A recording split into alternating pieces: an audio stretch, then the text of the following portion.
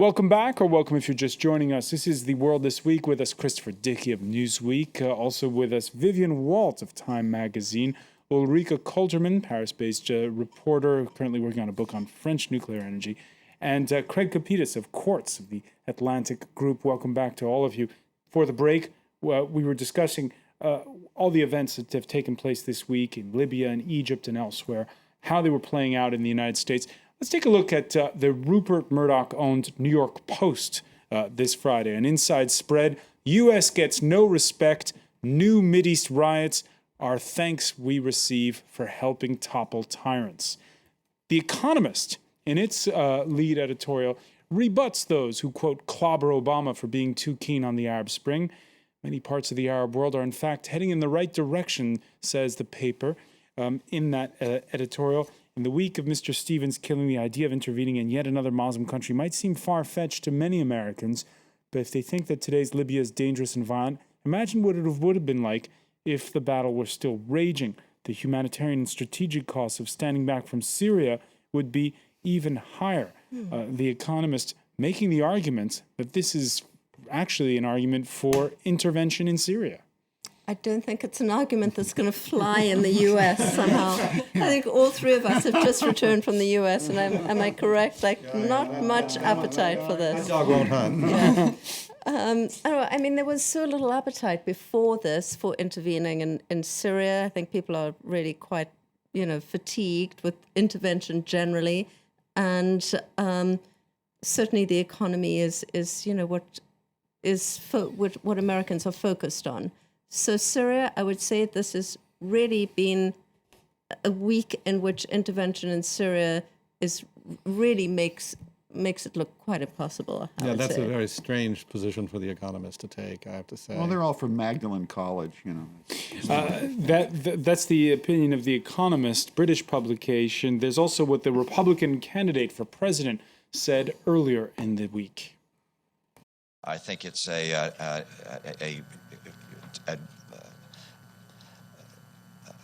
terrible course for America to stand in apology for our values. That instead, when our grounds are being attacked and being breached, that the first response of the United States must be outrage at the breach of the sovereignty of our nation. And apology for America's values is never the right course. Mitt Romney not getting much love on the World This Week's Facebook page. Most of you didn't care for that response. Here's what John had to write.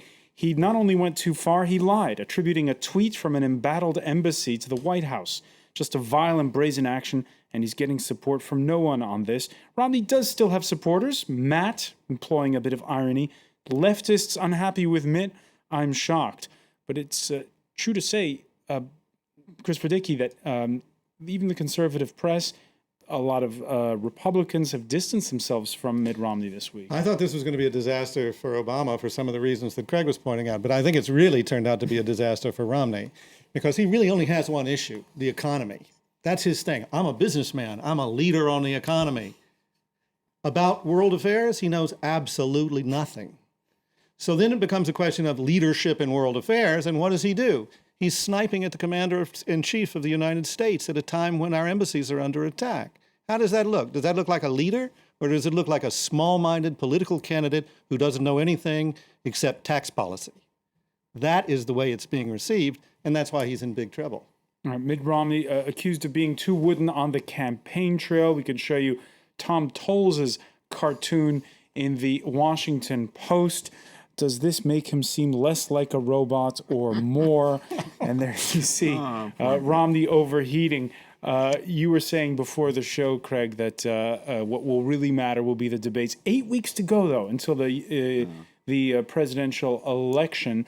So is there still a lot of time for Mitt Romney to reverse perceptions? Historically, the history of modern presidential elections, most voters make up their minds based on the first debate. The other two in the vice presidential debates don't count. Polls suggest that a lot of them have already made up their minds. Well, the first debate could change a lot of minds. And as everyone is the left is screaming and the right is screaming at each other, and there's this noise and cacophony, and everyone has a poll every 2 minutes that says this, that, and this. The real thing I think to focus in here right now, Chris is right, it's about, a drywall worker in Ohio who's out of work could care less about the Arab Spring. He has Muslim fatigue. This is throughout the United States. They don't care. What Romney has now been focusing on is the debate itself. How and can he beat Obama in a debate? Make Obama look bad. Make him look like an appeaser.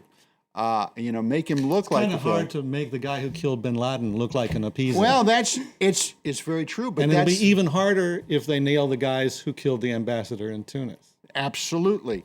So, how is he going to play the debate? Is he going to go in there, as you said correctly? He's a businessman. Is he going to go into this debate with Obama as a CEO of a company would walk into a boardroom to talk to a guy from another company? Mitt Romney is not a politician. Everyone has to remember that. He's a chief executive officer. Watching the two of them, and Obama is the consummate politician, not as good as Clinton, but he's a real pro. So it's going to be a fascinating debate.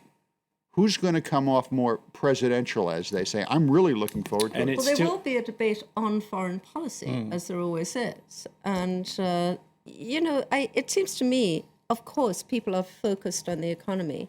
But at a time like this, it also does raise a tremendous amount of anxiety and nervousness among people about suddenly changing course and putting into office somebody who might not be completely on top of things with the rest of the And world. he doesn't have anything to say about what he would have done about the Arab Spring. Oh, well, Obama did it wrong.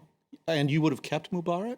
What exactly would you have done, Mitt? Well, that's the argument now you're hearing from Fox News and the right. And of course you would. I know you watch them all the time. And MSNBC. We're going to bring it back to this continent. It's a good day for Europe. Those were the words of Germany's chancellor after that country's highest court on Wednesday upheld Germany's signing of the European Rescue Mechanism plan. A big, big victory for Europhiles.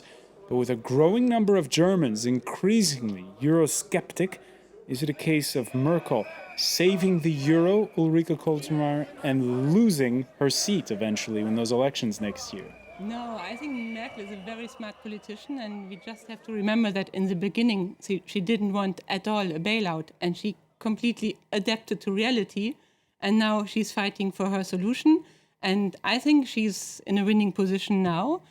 But there is a problem that she still has to defend it in public opinion. And just an example, Die Zeit, a newspaper which is quite intellectual, liberal, came out after this decision. On the front page, we have a few questions. And the first question was, does Germany now have to pay for everyone? And this is not Bild-Zeitung, this is not a tabloid. So it just shows that there is a growing concern that the taxpayers don't understand, and that they will finally have to pay for the others. And also the question, is it limited or is it not limited? Because there are some clauses who allow it to override the limits. That is very hard to sell. But is it a tide she can reverse? Well, she has done it so often. I'm pretty sure she will. I mean, the question now is more like, what will the coalition be, and not will it be Merkel? What does she say to the German people, though? I mean, what is the argument she uses to say, well, I was against it too, but now I'm for it because... Well, it's easy. She has this dual approach. She says, okay, we need a bailout, but we need structural reforms. So she always wants condition attached. That's her thing. Structural reform, let's pick up on that point. Overshadowed by the German High Court's decision was the launch of a plan out of Brussels on Wednesday to get the EU to regulate not some, but all of the banks on the continent. What we're proposing to share is simply the supervision and control of the main source of financing for the European economy. I'd stress that banks in Europe finance 75% of the economy and businesses on their territory. But even though the Germans approved that European bailout mechanism, they seem wary indeed of going the extra kilometer on this one. My concern is always that we may run the risk of raising expectations in the financial markets that can then not be satisfied. So here it is, Craig. The ECB has bought everyone a bit of time. Everybody can breathe a little bit after all this pressure had been rising. The euro's coming back up. In comes the European Commissioner, says, hey, look, we need to go further. We've all said we need to do a more serious reform. Here's a more serious reform. And the German finance minister says, well, we're not sure. Well, the bottom line is that they're putting some 10 billion with a B. 900 with a B. Just short of a trillion. Then. Yeah, 900 billion, by the way, if you put it out in seconds, is 32,000 years. How is this money going to be paid back? This is what I've never understood about everything coming out of Frankfurt and Berlin. Are they throwing good money after bad? What's the plan going forward? I saw this decision as another illustration of Europe's monetary masters kicking the can down the road like they've done with Greece for the past 2.5 years, like they're doing with Italy, like they're doing with Spain. You know, at some point, you have to pay the piper, as the old expression goes. And what I don't see here is how this is going to happen, how money is going to be generated in the future, investment capital, higher wages, jobs, the things that the citizenry of Europe wants to have happen. I don't think you're going to see that happening just because some fellows in Brussels say, okay, now we're going to regulate all of Europe's banks. I don't see the plan. Vivian Walt? It seems to me, and it's amazing that we always come back to talking about more or less the same issues on this show, but it seems to me like the can is being kicked down to the next generation. And in a sense, it's already been kicked down to the next generation. If you look at where, you know, the younger generation of Europeans are in many countries, just hugely high unemployment rates, facing the possibility of a lot of So why can't all the social European leaders benefits agree being on cut? keeping a tighter leash on the banks? Because you have 27 different political systems all fighting for, you know, their piece of, the next elections in their particular And country. Europe is not a country. All right. Full disclosure time. The World This Week does get rebroadcast. So if you're watching Saturday or Sunday and you happen to spot Xi Jinping, the man tipped as the next president of China, please drop us a note on our Facebook page. As of Friday evening, the heir apparent hadn't been seen in public since September the 1st. He even missed a scheduled date with U.S. Secretary of State Hillary Clinton. Finally, this Friday, official state media broke the silence, addressing the issue, saying it was a back ailment, and he would be appearing over the weekend. The rumor mill has been going full throttle on Weibo, China's answer to Twitter, where the words back injury had been censored. This story, for people who don't follow China closely, Chris Vicky, is bizarre. Yeah. Next thing, he'll be swimming in the Yangtze, you know. Oh, like the old Mao did. picture, Just like Mao did in He's the a old big days. swimmer. Or maybe he's actually on those boats that are going into Japanese waters now. I mean, it's really, really bizarre. And what it shows us is how the sealed, hermetic system of the Chinese leadership is so opaque that you can have the heir apparent just disappear. And he doesn't even know where he is. And I don't know if he knows where he is, but everybody, it's not just a question of reading tea leaves, to use another Chinese cliche. It's a question of trying to figure out how the whole structure is working. It takes years to create this figure. And then all of a sudden, he looks very feeble indeed. If it's just a health problem, maybe China is lucky. If it's really a political problem, then that bodes ill for the future. What is particularly odd in all of this is, you know, China, since the last time they changed leadership, my God, the economy has grown. They're now the third, or some people even say the world's second largest economy. And yet, when you see this transition process, time has stood still. Well, exactly. The faces change, the system does not. But what's amazing is that here you have a country that's so pivotal to the global economy, to everything in our lives, and yet the most basic questions are unanswerable. Is he gone because there's a political rift, because he is gone politically, or we don't know? Ulrike Kollermann, your prediction? I mean, let's say he had a health problem, then 2 weeks is okay. He can show up again. If it's political problem, and then maybe someone else will show up, it is still very, very weird. Although also in France, it wasn't very common to talk about the presidential health until a few years ago. So Let's not go there. Several presidents covering up the fact they had cancer. Craig Kapitas, what does this say about the new China? There was an old expression that used to be used in the Soviet days. Whenever the Politburo wanted to get rid of someone, they'd issue a statement: "Retired for reasons of health." This could be the next step here.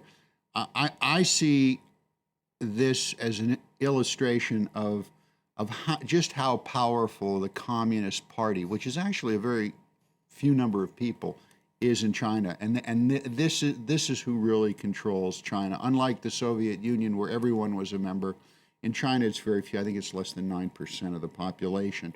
So this really shows that how, as Chris was saying, just how centralized this power is, and how little we know about it. It's coming on top of the Bolshevik thing. The whole question of a powerful governor who's moving his way up, who's probably going to be in that little committee that would run things. Next thing you know, his wife is accused of murdering an Englishman, and the police chief is hiding out at the U.S. Embassy. And what is going on? And I think it is precisely because of those antecedents that people are looking at this illness, or whatever it is, this disappearance of a few days, and saying, there's maybe some very strange happenings. And we'll be keeping our eye on the ball on this one. Christopher Dickey, I want to thank you. I want to thank Ulrike Kollermann as well. Vivian Walt and Craig Kapitas, thank you for joining us here in The World This Week.